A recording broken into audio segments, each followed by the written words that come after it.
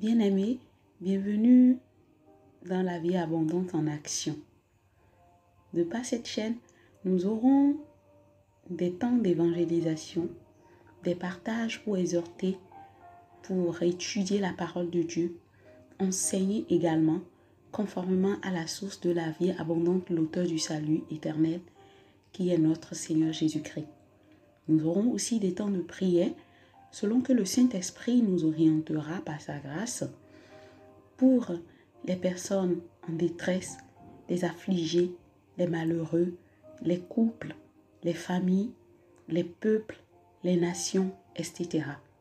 Je vous prie de bien vouloir vous disposer afin de participer pleinement à la vie abondante pour également en jouir convenablement. Bien-aimé, toute la gloire à Dieu, lui qui reste fidèle, celui qui était et qui sera pour toujours notre Dieu le Père, par son esprit en nous, cet esprit que le Seigneur Jésus-Christ l'a prié pour nous, et il n'a pas arrêté de nous guider, de nous conduire. Et aujourd'hui, nous allons aborder le 22e chapitre du livre d'Apocalypse. Et personnellement, je ne fais que déborder de sa joie. Alléluia. Ah oui, voici 22 semaines de fidélité, de grâce, de faveur que nous sommes portés dans la main de Dieu. Et je crois, je sais que bon nombre ont été édifiés, bon nombre ont été instruits, bon nombre ont été repositionnés.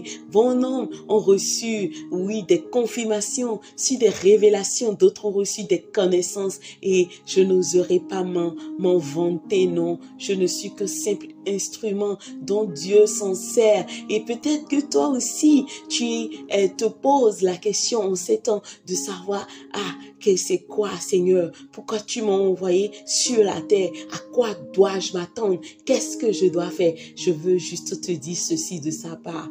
Ne t'empresse pas de délaisser ce qu'il t'a donné en attendant de te positionner dans son appel. Oui, sois juste patient et espère en lui. Et personnellement, je veux te suggérer, d'accord, de soigner ta communion dans le secret avec lui et de bien faire tout ce qu'il met à ta portée, car en faisant ainsi, en toute fidélité, il ne manquera pas, d'accord, de t'en confier davantage dans sa grâce. Et je veux ainsi encourager quelqu'un à ne pas désespérer. Je ne sais pas pourquoi je commençais cette introduction par une exhortation. Je pense que cela est voulu de son esprit qui nous guide. Et sans tarder, nous allons commencer la lecture du 22e chapitre, qui est le dernier chapitre du livre d'Apocalypse. Alléluia. Ensuite, l'ange me montre un fleuve d'eau qui donne la vie. Il brille comme du verre. Il sort du siège de Dieu et de l'agneau et il coule au milieu de la place de la ville. Là, entre deux parties du fleuve, il y a l'arbre de vie. Il donne des fruits 12 fois dans l'année, une fois par mois, et ses feuilles servent à guérir les peuples. Il n'y aura plus de malédiction. Le siège de Dieu et de l'agneau sera dans la ville et les serviteurs de Dieu l'adoreront. Ils verront son visage et son nom sera écrit sur le front. Il n'y aura plus de nuit. Personne n'aura besoin de la lumière d'une lampe ni de la lumière du soleil. En effet, le Seigneur Dieu répandra sa lumière sur ses serviteurs et ils seront rois pour toujours. Amen. Ensuite, l'ange me dit, ces paroles sont sûres et vraies. Le Seigneur Dieu donne l'Esprit Saint aux prophètes.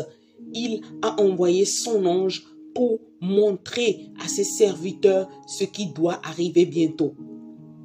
Jésus dit, écoute, je viens bientôt. Il est heureux celui qui obéit aux paroles de Dieu connues dans ce livre. Celui qui a entendu ces choses et qui les a vues, c'est moi Jean. Maintenant, j'ai fini de les entendre et je et de les voir et je me mets à genoux aux pieds de l'ange. C'est lui qui m'a montré ces choses et je veux l'adorer. Mais l'ange me dit, attention, ne fais pas cela. Je suis serviteur comme toi, comme tes frères et sœurs prophètes et comme ceux qui obéissent aux paroles connues dans ce livre. C'est Dieu que tu dois adorer. Puis il me dit encore, ne garde pas secret les paroles de Dieu qui sont dans ce livre. En effet, le moment fixé pour ces événements est bientôt là. Celui qui est mauvais, qu'il continue à faire le mal. Celui qui aime ce qui est impur, qu'il continue à aimer ce qui est impur. Celui qui est bon, qu'il continue à faire le bien. Et celui qui vit pour Dieu, qu'il continue à vivre pour Dieu. Jésus dit, écoute, je viens bientôt. J'apporte avec moi ma récompense. Je vais la donner à chacun selon ce qu'il a fait. Je suis l'alpha et l'oméga, le premier et le dernier, le commencement et la fin. Ils sont heureux, ceux qui lavent leurs vêtements. Ainsi, ils auront le droit de manger le fruit de l'arbre qui donne la vie. Ils auront le droit d'entrer dans la ville par les portes. Mais qu'ils restent dehors ceux qui vivent n'importe comment, qu'ils restent dehors les sorciers, les gens immoraux, qu'ils restent dehors les assassins, ceux qui adorent les faux dieux, ceux qui aiment le mensonge et qui mentent. Moi, Jésus, j'ai envoyé mon ange pour affirmer aux églises que tout cela est vrai.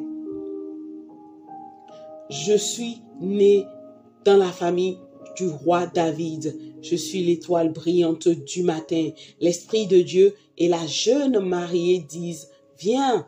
Celui qui entend doit dire, viens. Celui qui a soif doit venir. Celui qui le veut recevra gratuitement l'eau qui donne la vie.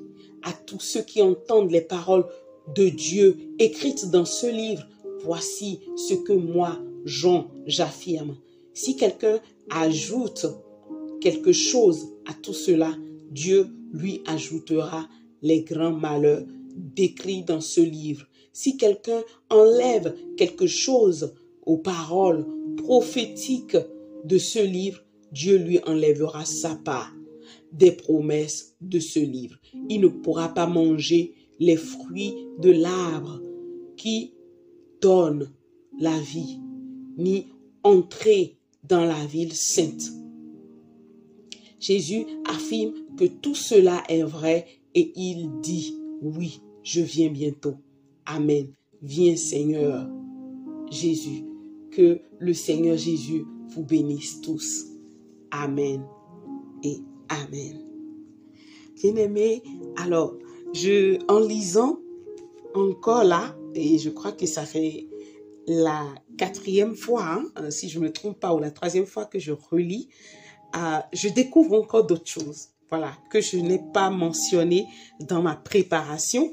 Et je crois que je suis une fille, une jeune dame, voilà, très sensible à l'esprit. Je vais me laisser vraiment guider par le Saint-Esprit. Donc, on a subdivisé en fait le 22e chapitre du livre d'Apocalypse en 3 parties. Et la première partie est intitulée « La source d'eau vive et l'arbre de vie ». L'arbre de vie. Et l'arbre de vie doit vous interpeller, ça doit vous rappeler l'histoire dans le jardin d'Éden, d'Adam et d'Ève. Je ne vais pas trop m'attarder là-dessus, sinon on va pas finir. Si vous voulez des compréhensions là-dessus, ben, je pense que je vais rechercher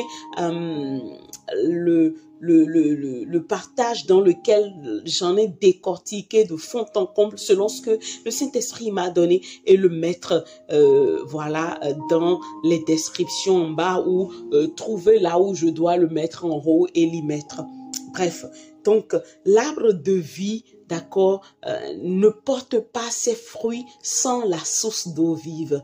Et la source d'eau vive, elle jaillit depuis le trône de Dieu le Père. Et pour ceux qui sont des habitués et des amoureux de la parole de Dieu, je crois qu'il y a une description relative, d'accord, à la source d'eau vive qui coule depuis le trône de Dieu. Je vais prendre là ma deuxième Bible et vous en briefer à peu près là-dessus.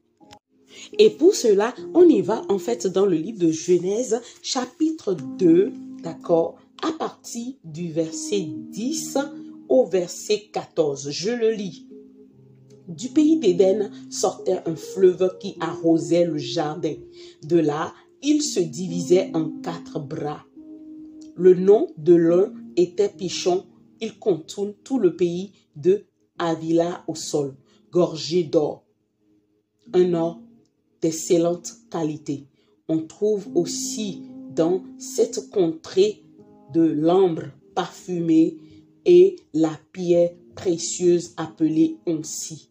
Le deuxième fleuve s'appelait Gihon. Il parcourt toute l'Éthiopie. Le troisième fleuve s'appelait le Tigre. C'est celui qui coule à l'orient de l'Assyrie. Et le quatrième fleuve, c'est l'Euphrate. Le verset 15 dit, l'Éternel prit l'homme et l'établit dans le jardin pour le cultiver et le garder. Donc, en lisant, je pense que vous avez à peu près une idée, d'accord, de cette source d'eau vive. Et bien aimé, c'est de cette source d'eau vive que le Seigneur Jésus-Christ a parlé dans sa parole quand il avait rencontré la femme samaritaine au puits de Jacob dans le livre de Jean chapitre 4. Et chose impressionnante, avant de préparer ce temps de partage, cette semaine, je peux croire que le Saint-Esprit a bien pris le soin en avance de me préparer, de m'instruire, parce que j'ai la forte conscientisation que cette semaine, en début de cette semaine, eh ben, l'Esprit de Dieu m'expliquait comme ça, de façon tout azimut, comme on le dit, la compréhension du cri du Seigneur Jésus qui dit, vous qui avez soif, venez à moi et je vais vous donner de l'eau à boire. Et cette eau, elle ne va point tarir. C'est moi qui suis en train de la réexprimer ainsi. Mais elle sera une source d'eau qui va jaillir, une source d'eau vive qui va jaillir jusque dans l'éternité. Et l'Esprit de Dieu a commencé par me décrire la compréhension de ce que le Seigneur Jésus-Christ était en train de dire. Et je vais prendre du temps pour vous l'expliquer parce que si je ne délivre pas cette marchandise, eh ben, le Seigneur peut être sévère envers moi et j'aime pas du tout sa sévérité. Alors, vous avez bien conscience que c'était d'abord le Seigneur Jésus qui marchait, d'accord, parlant en fait du Jean chapitre 4, qui marchait, d'accord, et qui s'était assis après avoir été éreinté, ça veut dire fatigué, et en s'asseyant sur les margelles du puits de Jacob. Et ses fidèles, ses disciples sont partis chercher quoi? À manger, chose qui est normale. Quand on est fatigué, on doit, enfin, quand on a fait beaucoup de choses dans la journée et que à un moment donné, voilà, l'épuisement cherche à s'imposer à nous, voilà, pour ne pas se laisser aller, parfois on va manger pour retrouver nos forces. Et c'était ce que les disciples sont allés faire, ils sont allés chercher à manger.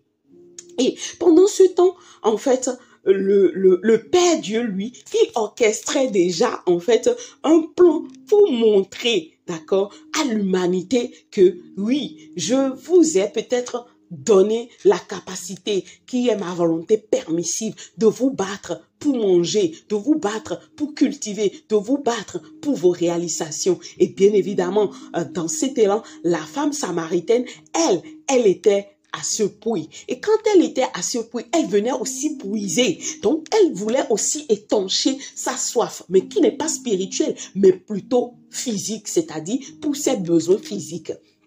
Et Dieu, la connaissant, a fait en sorte que le Seigneur Jésus puisse être arrêté là pour pouvoir communiquer le cœur de Dieu à cette femme. Voilà pourquoi quand la femme est arrivée et que le Seigneur Jésus s'est intéressé à elle et que tout de suite elle a voulu mettre comme une main d'éloignement au Seigneur Jésus, lui disant, toi qui es juif, pourquoi tu demandes de l'eau à moi qui suis samaritaine? Et il faut dire, en fait, Samarie, c'est en fait un peuple qui a été banni, d'accord, des Israélites pour des actes, voilà, que leurs aïeuls ont commis par le passé et c'était relégué vraiment à un rang de dédain, de mépris et autres. Du coup, ce peuple-là subissait en fait cette pression, ce mépris, ce joug. Pour autant, ce n'était pas le cas dans le cœur de Dieu.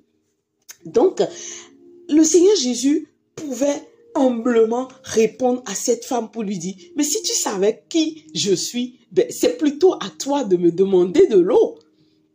Et cette femme ne comprenait pas ce que le Seigneur Jésus était en train de lui dire. Et le don de l'eau, en fait, qu'est-ce que l'eau vient nous faire? L'eau vient étancher nos soifs.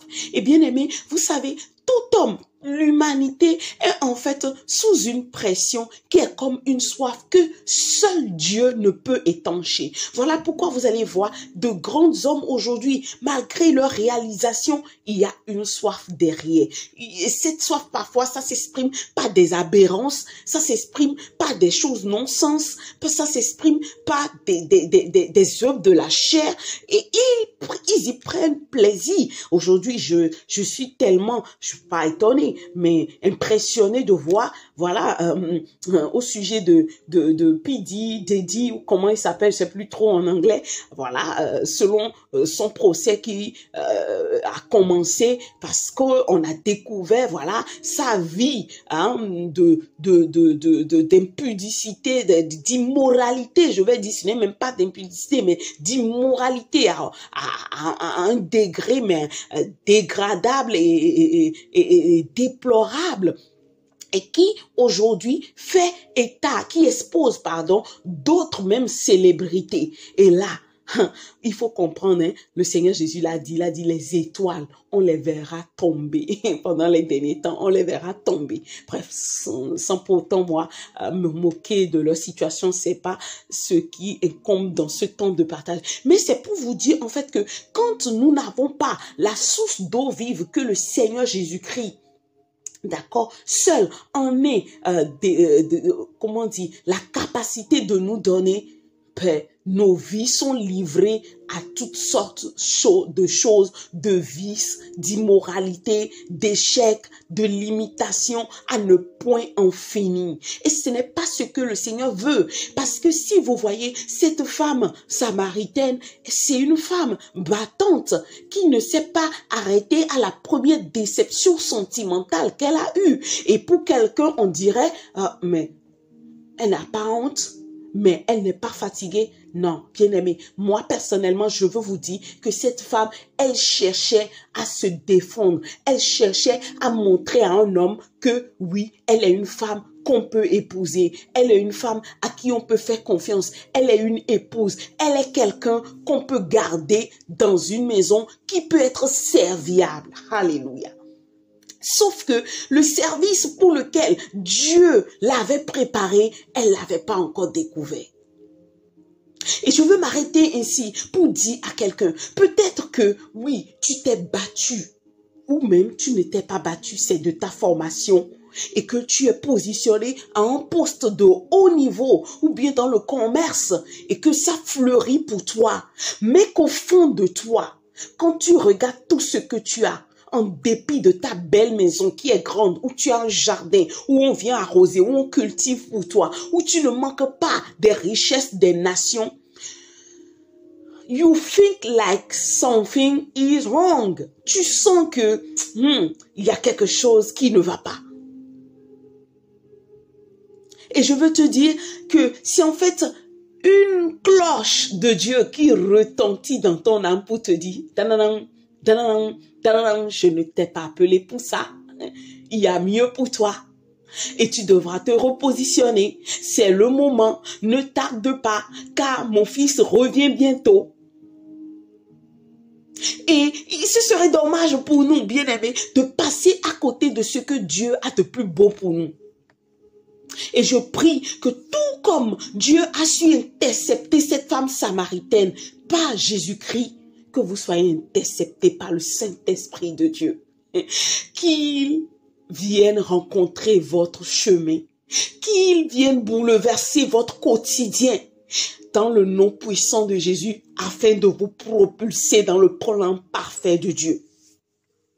Bien-aimés, il faut savoir que Jacob, d'accord, qui a creusé ce puits, le puits où cette femme samaritaine était allée pour aller puiser de l'eau, parce que une de ces questions qui me montre à l'esprit envers le Seigneur Jésus est celle-ci: serais-tu plus grande par notre père Jacob qui nous a donné ce puits? Et le Seigneur Jésus lui dit, ton père Jacob, il a creusé ce puits, mais il est mort. C'est moi qui suis en train de dire le cœur de Dieu. Mais moi, je suis vivant éternellement. Même si le texte ne l'a pas marqué, je viens d'exprimer ce que mon esprit vient de recevoir. Et Jacob était un homme, d'accord, qui a commencé par la loucherie. D'accord? Il avait été étalonné et lui aussi a étalonné d'autres jusqu'au moment où Dieu a su l'intercepter dans son sommeil jusqu'à lui briser la hanche pour lui dire: tu as combattu avec les hommes et tu as semblé aussi prévaloir sur Dieu quand tu cherchais à combattre avec lui. Mais aujourd'hui, je t'arrête. Et c'est en ce moment qu'il est rentré dans le divin du divin. Alléluia. Je me permets cette expression, le divin du divin. Et sa gloire, après, sa vie a changé. Sa vie a changé. Non seulement on a changé son nom, ce Jacob qui dit quelqu'un, voilà, qui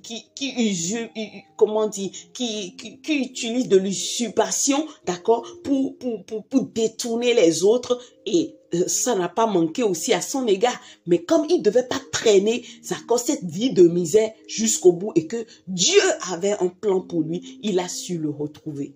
Et aujourd'hui, tout ce que ce soit les nations, les chefs d'État, nos grands, ceux qui financent les projets dans des nations, peu importe, tous ceux qui peuvent nous donner, c'est comme le puits du Jacob.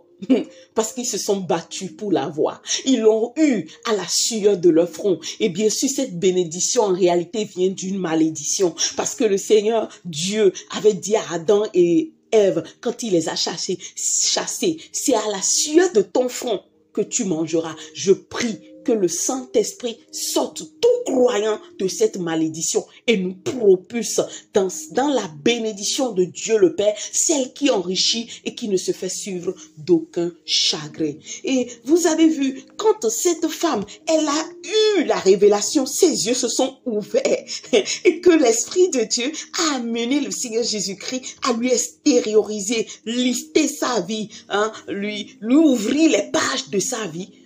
Chant des sans fin, elle a compris quelque chose. Elle a compris que celui-ci, c'est le Messie. C'est le Messie. Voilà pourquoi vous allez voir les intentions cachées de son cœur ont été immédiatement révélées. Elle a commencé par demander au Seigneur Jésus. On nous a dit que oui, on doit adorer à cette montagne. Nos aïeuls ont adoré à tel endroit. Et le Seigneur Jésus lui a dit, crois-moi, ce n'est ni à cette montagne ni à tel endroit-là qu'on doit adorer. Mais sache que le moment est là et que ce moment que le Seigneur Jésus a dit à cette femme qui reste encore, qui continue encore, qui n'a pas encore de fin, elle est là, il est là, pardon. Et ce moment veut que ceux qui adorent Dieu l'adorent en esprit et en vérité. Et c'est en adorant Dieu en esprit et en vérité que nous rentrons dans le repos. Voilà pourquoi je dis que la convoitise des choses de ce monde ne feront que nous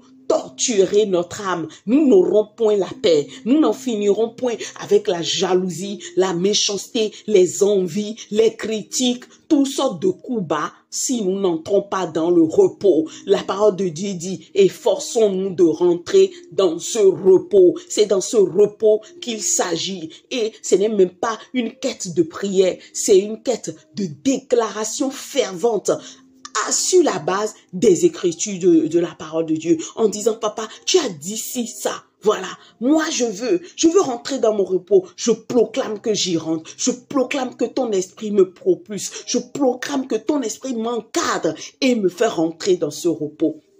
Et voilà pourquoi on comprend en fait que le Seigneur lui-même, il a dit que c'est à travers, d'accord, cette source d'eau vive que l'arbre de fruits, d'accord, l'arbre de vie, pardon, pourra porter ses fruits, 12 fois l'année, c'est-à-dire une fois chaque mois.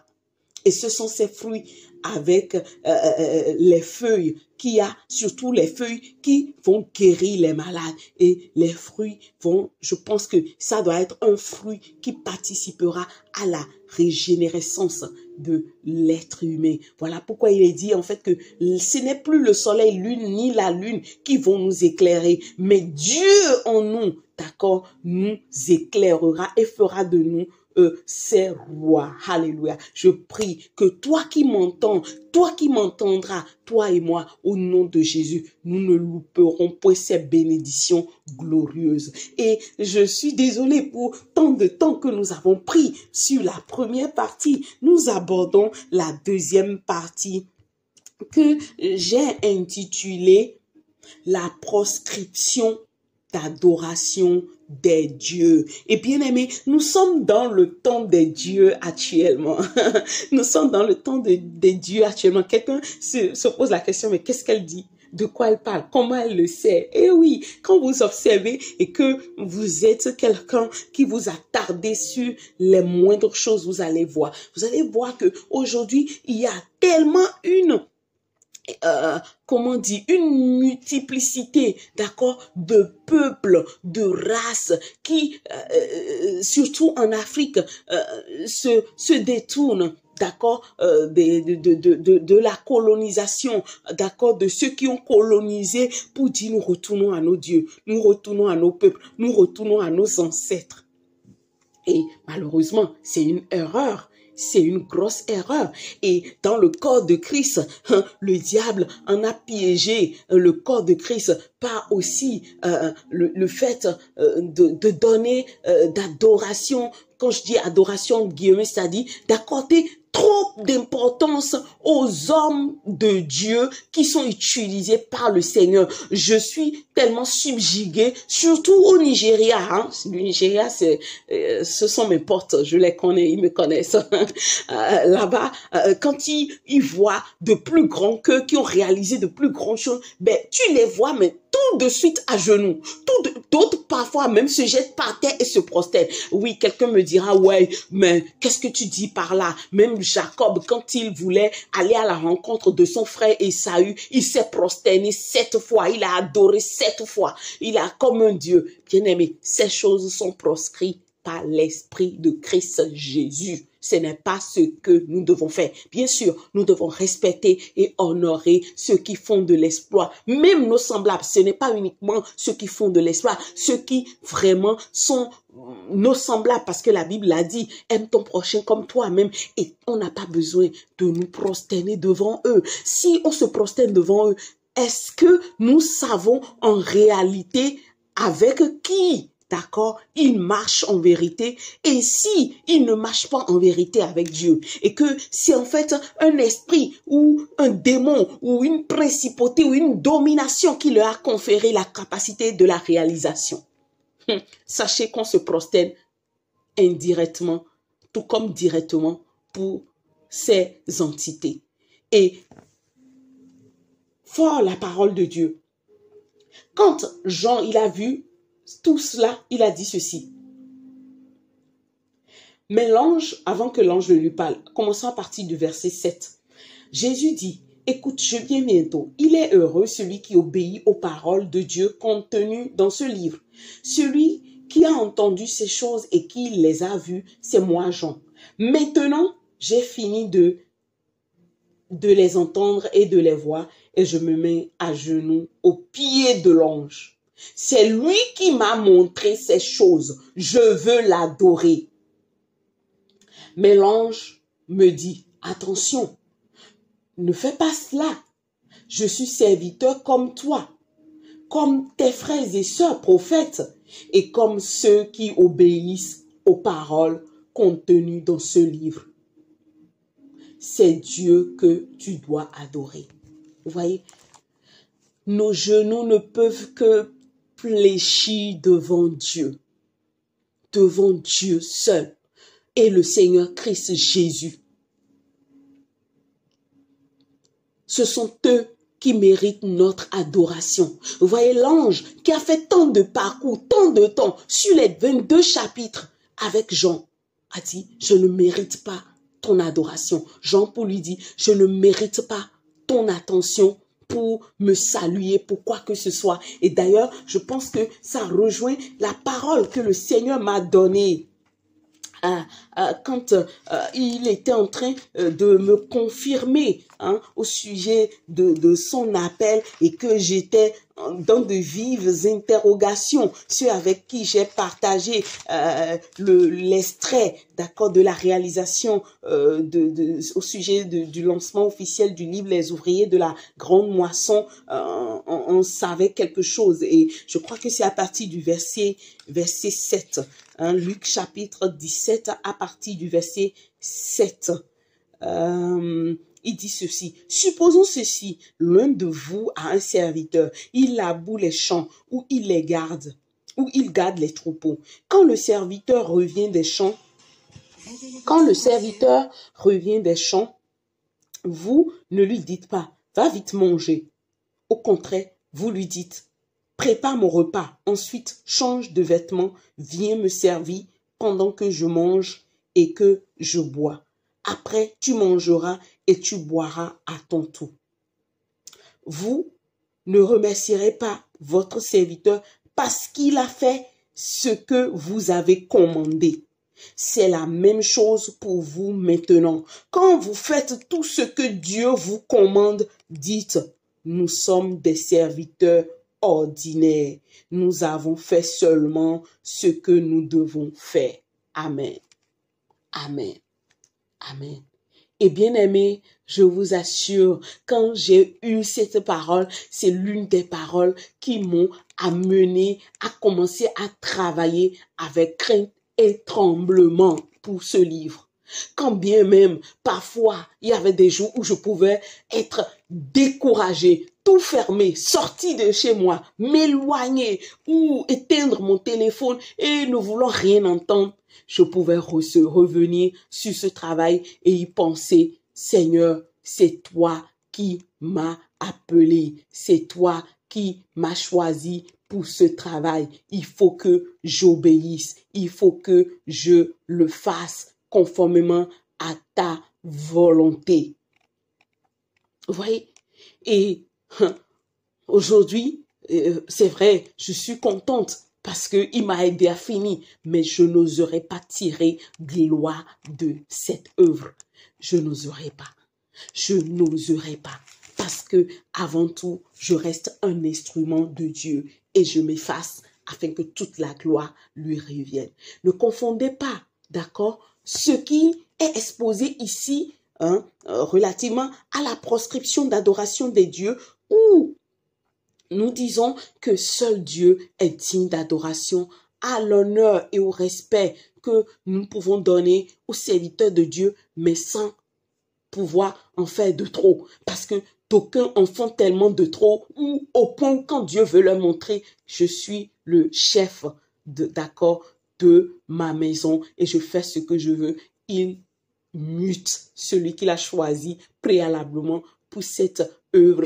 Et ceux qui ont été choisis par celui qui a été choisi par le Seigneur ne perdent pied ainsi parce que leurs confiances sont dans l'homme et ne sont pas Dieu. Et commencent les dégâts. Donc, il faudrait que nous comprenions que c'est vrai, nous sommes véritablement dans un temps où, que ce soit dans le monde ou dans le corps de Christ, tout porte à croire que nous devons vénérer les hommes, nous devons les adorer, nous devons leur donner plein d'importance. Non, non, nous devons au contraire les respecter, oui, les honorer à sa juste valeur, sans pourtant attacher notre cœur à eux. La parole de Dieu même dit que maudit soit l'homme qui se confie en l'homme, et béni soit l'homme qui se confie en Dieu. Donc, confions-nous en Dieu. Laissons-lui prendre toute la place de sa gloire parce que seul lui saura nous applaudir, saura nous récompenser. D'ailleurs, tout comme le Seigneur Jésus l'a dit dans le verset 12, Jésus dit, écoute, je viens. J'apporte avec moi ma récompense. Je vais la donner à chacun selon ce qu'il a fait. Je suis l'alpha et l'oméga, le premier et le dernier, le commencement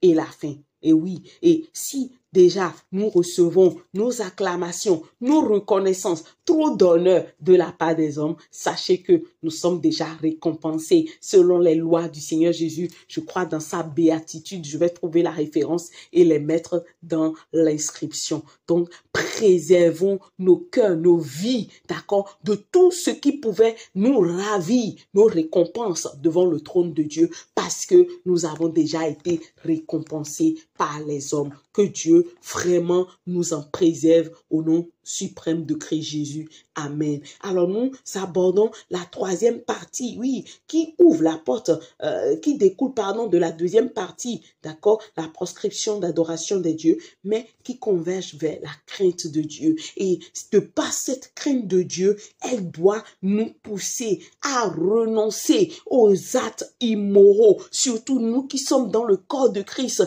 et qui nous exposons à toute forme de légèreté. Je m'inclus parce que je ne sais pas quelle est cette légèreté que le boss, le roi de gloire a vu concernant Balbine. Je n'oserais pas dire, ah papa, il n'y en a pas, il m'en manque pas de ses folies.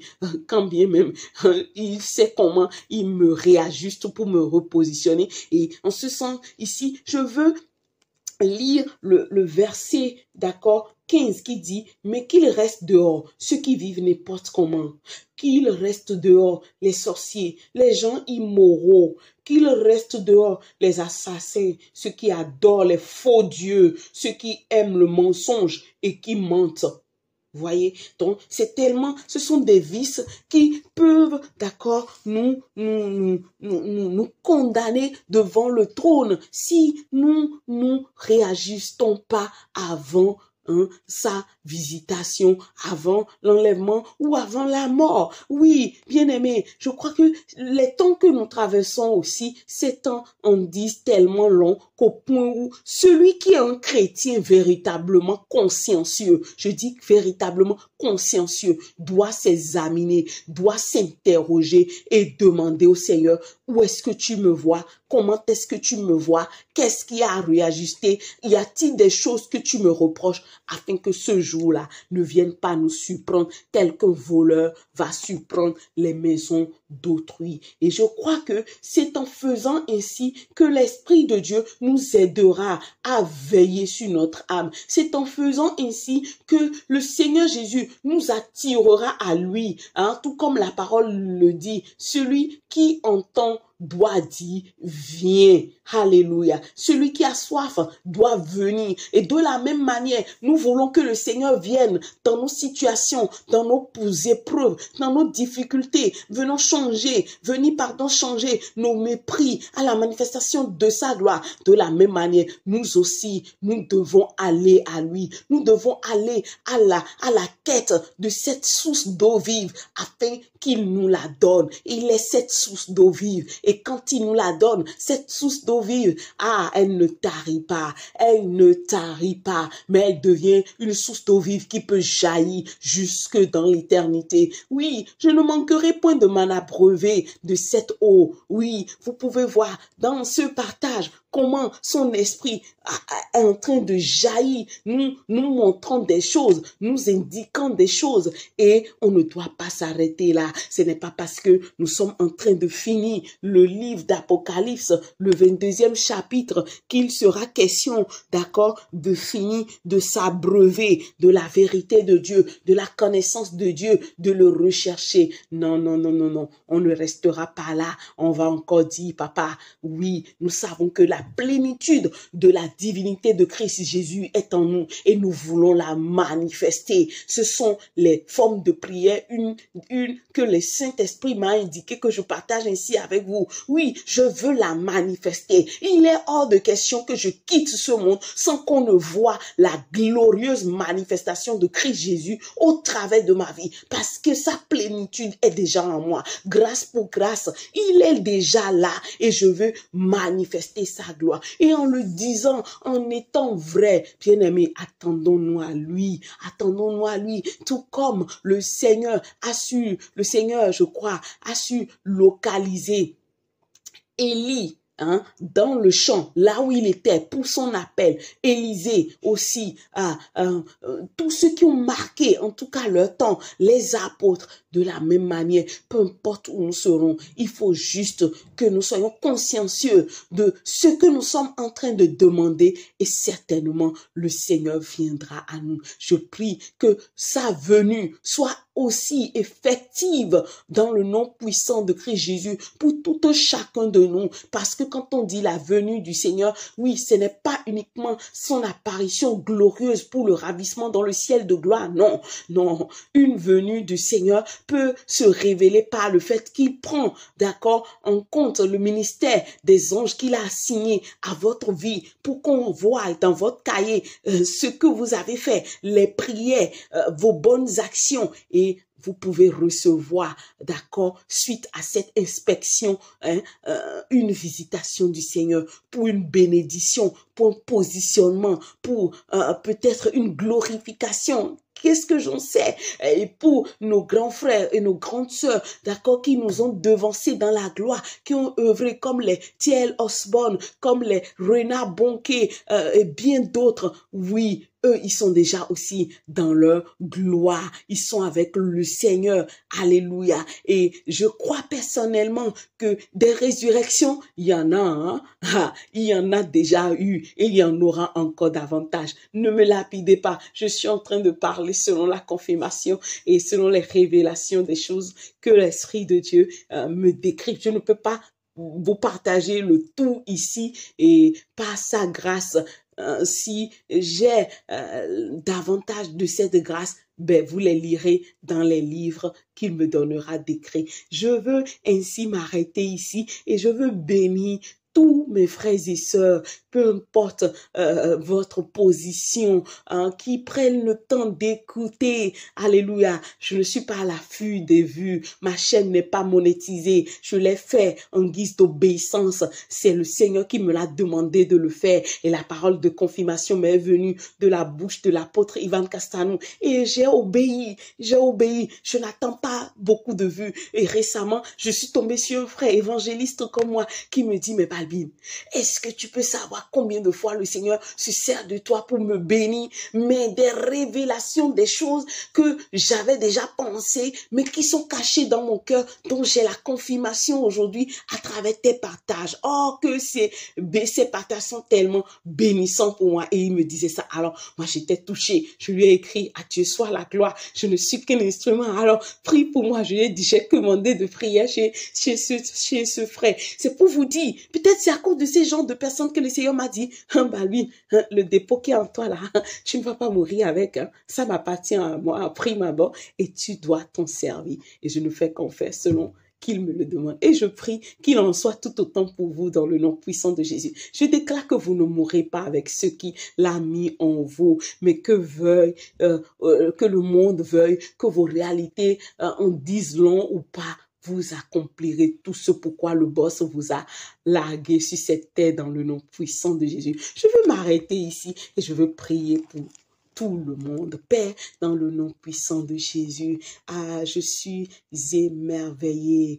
Alléluia, mon âme est remplie de joie et je veux te dire merci. Merci pour la continuité de ton œuvre dans ma vie, dans la vie de mes frères et sœurs. Merci pour ce dernier chapitre, alléluia, du livre d'Apocalypse. Ce livre dans lequel nous avons appris des choses et je sais qu'il en reste encore énormément que nous n'avons pas connu. Et dans nos temps intimité, quand nous retournerons à ces écoutes, quand nous les relirons, nous savons que tu vas nous les donner. Et je me tiens ici spécialement, papa, pour prier vraiment pour le corps de Christ, surtout ceux qui sont un pied dedans, un pied dehors. Oui, parce que tu les as énoncés. Tu as dit que ce sont des sorciers, ce sont des gens qui font des actes immoraux, des menteurs, qui aiment le mensonge. Ta parole déclare que oui, le père du mensonge, c'est le diable. Donc, ils connaissent en fait le secret du diable. Ils sont alliés au diable. Ah, papa, je prie pour ces personnes. Ah, tout comme tu as envoyé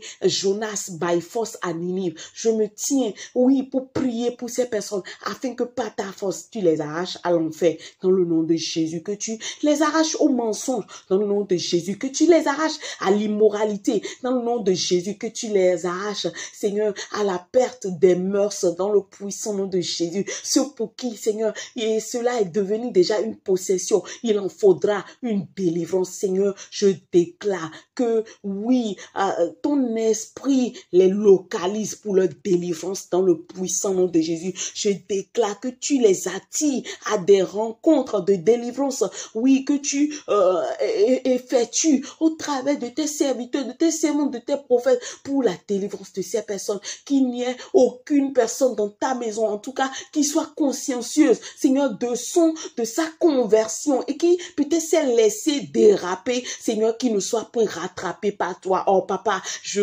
connais un Père qui n'œuvre point à perte. Alléluia, tu n'œuvres jamais à perte.